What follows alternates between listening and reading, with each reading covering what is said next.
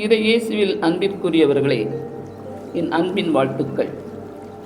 இன்றைய நற்செய்தி பகுதி மார்க்கு அதிகாரம் 7, 31 முதல் 37 வரையிலான இறைச்சொற்றொடர்கள். இப்பகுதியை சற்றே தியானித்து இறை ஏவுதலுக்கு செவிமடுப்போம்.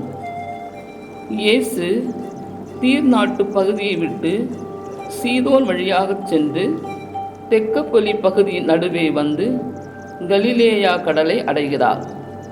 அங்கு காது கேளாத திக்கி பேசும் ஒரு மனிதரை அவ்வூர் மக்கள் இயேசுவிடம் கொண்டு வந்து குணப்படுத்துமாறு வேண்டிக் கொண்டனர். அவ்வூர் மக்களால் அழைத்து வரப்பட்ட அந்த சகோதரனுக்கு இயேசுவின் போதனைகளையும் இயேசு பற்றி மக்கள் பேசும் உரைகளையும் கேட்கும் திறனிந்து கொண்டாலும் அவைகளை பற்றி தெளிவாக உணர்ந்து அதனை பிறருக்கு சொல்லக்கூடிய சக்தியும் இல்லை. இதனை உணர்ந்தவர்களாக அந்த ஊர் மக்கள் இவர் எப்படியாவது நலம் பெற வேண்டும் என்ற நல்ல எண்ணத்தோடு சகோதர பாசத்தோடு இயேசுவிடம் அழைத்து வந்து அவன் மீது கை வைத்து ஜெபிக்குமாறு வேண்டிக் கொள்கிறார்கள். சாதாரணமாக உலக நடப்பில் ஒருவரது உடலின் குறைபாடுகளை இயலாமையை கண்டு எள்ளி நகையாடுவது இயல்பு.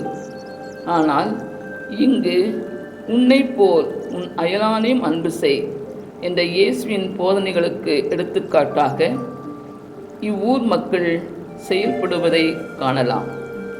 நாமும் கூட நமது கவனத்தை நம் அருகில் வாழும் ஏழை எளியவரிடம் காட்ட வேண்டும் என்று சொல்லாமல் சொல்கிறார்கள். இயேசு எப்பொழுதும் விளம்பரத்தை விரும்பாதவர்.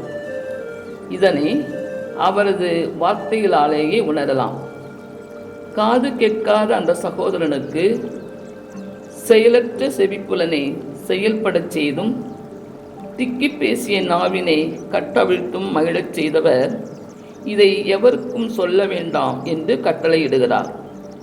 ஆனால் அவ்வூர் மக்கள் தாங்கள் பெற்ற மகிழ்ச்சியை பிறரும் அறியட்டுமே என ஊரெல்லாம் அறிவித்து மகிழ்ந்தனர்.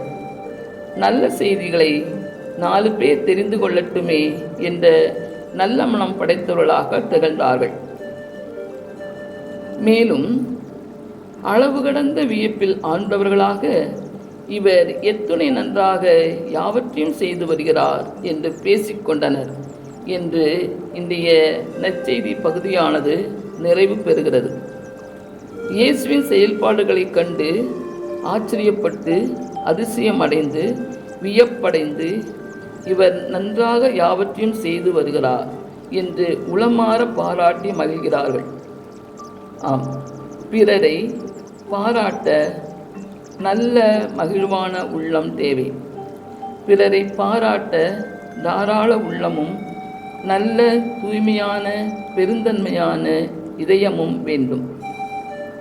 மத்தேயு 5:6 மலைப்பொழிவில் தூய்மையான உள்ளத்தோர் பேறு பெற்றோர், ஏனெனில் அவர்கள் கடவுளை காண்பர் என்று கூறியுள்ளார். ஆம், தூய்மையான உள்ளத்தினர் பிறரது நல்ல செயல்களின் வழியாக கடவுளை காண்பார்கள். இதற்காக கடவுளை போற்றியும் புகழ்வார்கள்.